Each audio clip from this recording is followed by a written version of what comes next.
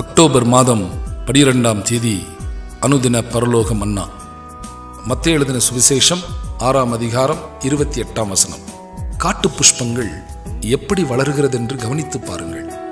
பிரியமானவர்களே, இயற்கையின் இவ்விதமான சாதாரண நிகழ்ச்சிகள் எவ்வாறு கவனித்து அறிந்து கொள்ளப்பட வேண்டும் என்பதில் கவனத்தை செலுத்த நமது கர்த்தர் குறித்து காட்டுகிறார்.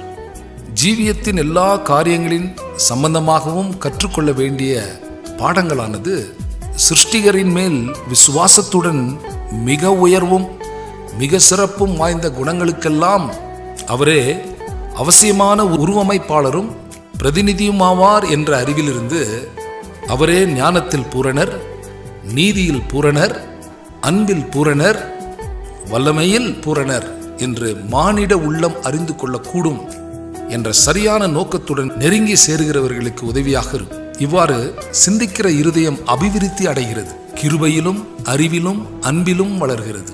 சிறு காரியங்களை எண்ணி பார்க்க தவறுகிற இருதயமானது பெரிய காரியங்களை பாராட்டக்கூடியதாய் இருப்பதில் தவறி தேவனை பற்றிய சரியான எண்ணம் கொள்வதிலிருந்தும் அவருடைய திட்டத்தை சரியாக பாராட்டுதல், அவருடைய குணத்தை சரியானபடி பாராட்டுதல் ஆகியவற்றிலிருந்து தடுக்கப்படுகிறது. ரீபிரிண்ட்ஸ் 3312வது பக்கம். அன்பானவர்களே, காட்டு புஷ்பங்கள் எப்படி வளர்கிறது என்று கவனித்து பாருங்கள்.